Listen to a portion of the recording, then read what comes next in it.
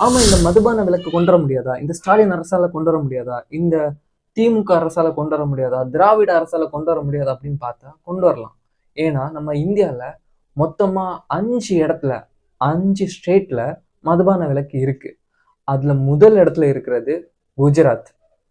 குஜராத் மாநிலத்துல மதுபான விலக்கு இருக்கு. 2வது மாநிலம் பீகார். பீகார் மாநிலத்திலயும் மதுபான விலக்கு இருக்கு. 3வது மாநிலம் மிசோரம். மிசோரம் மாநிலத்திலயும் மதுபான விலக்கு இருக்கு. 4வது நாகாலாந்து. நாகாலாந்து மாநிலத்திலயும் மதுபான விலக்கு இருக்கு. 5வது லட்சத்தீவு. லட்சத்தீவுலயும் மதுபான விலக்கு இருக்கு. இந்த சன் டிவில நீங்க பாத்தீங்கன்னா குஜராத் மாடல் குஜராத் மாடல்னு சொல்லிட்டு குறை சொல்லிட்டே இருப்பாங்க.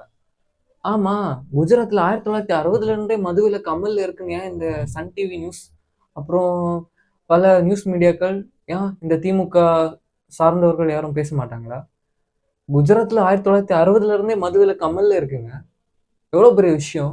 பேசுங்க. ஏன் நீங்க கொடுத்த வாக்குறுதியை காப்பாற்ற முடியாம போயிடுச்சு அதனாலயா?